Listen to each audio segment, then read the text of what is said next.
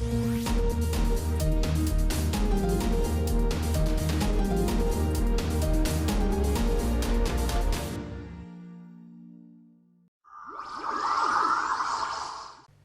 ta formation pour devenir un maître Math Jedi dès aujourd'hui se poursuit. Oui, maître. Merci, maître. Voici le 27e exercice. Pour tout réel A et B, on note max de A et de B, le plus grand des deux nombres A et B. Étudiez la fonction définie sur R par f de x égale intégrale de 0 à 1 de max de x et de t dt. À réfléchir là-dessus, t'employer du doigt. Encore une fonction intégrale, mais ici la variable n'est pas dans les bornes. Ça a l'air plus compliqué. Surpasse tes craintes de la nouveauté, jeune padawan. Souvent riche de connaissances, elle peut être. Mais comment discuter sur ce max? À ton intuition, fie-toi. Par la solution trouvée, tu finiras. Bon, alors les bornes de l'intégrale étant 0 et 1, on peut dire que t appartient à l'intervalle 0,1. Alors je vais procéder par disjonction de k selon la position de x par rapport à cet intervalle. Si x est strictement négatif, le max de x et de t vaut t.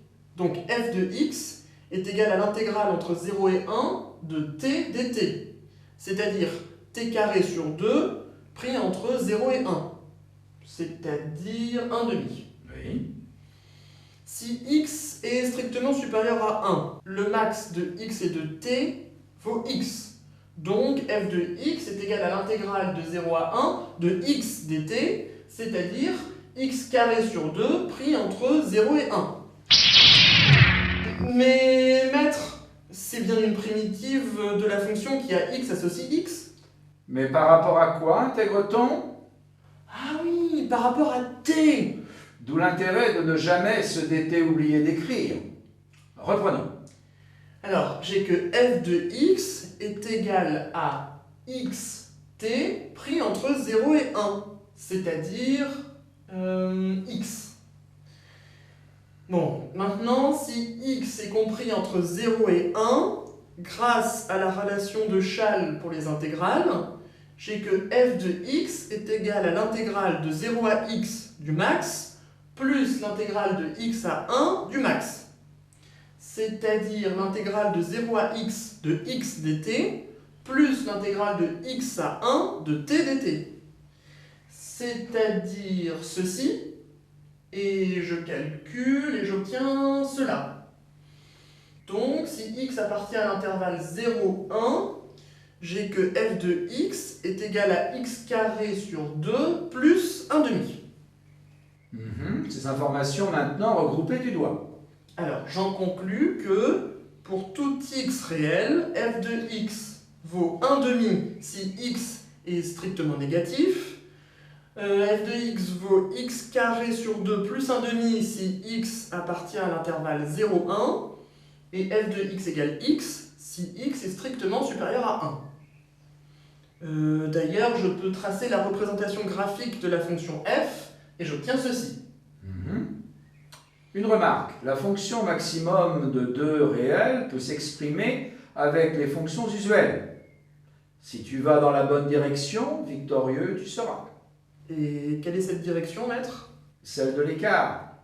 Mais encore? La valeur absolue de la différence. Bon, alors pour tout réel a et b, je calcule la valeur absolue de la différence. J'obtiens a moins b si a est supérieur ou égal à b, et b moins a sinon. Donc si a est supérieur ou égal à b, a plus b plus valeur absolue de a moins b, le tout sur 2, vaut ceci, c'est-à-dire 2a sur 2, c'est-à-dire a. Et de même, si a est inférieur ou égal à b, alors a plus b plus valeur absolue de a moins b, le tout sur 2, égale ceci, c'est-à-dire 2b sur 2, c'est-à-dire b.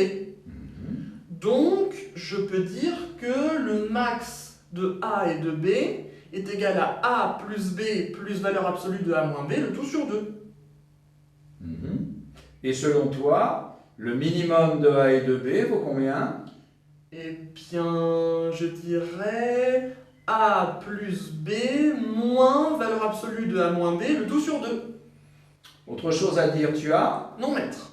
À son terme, ta résolution est arrivée. Que la force mathématique soit avec toi.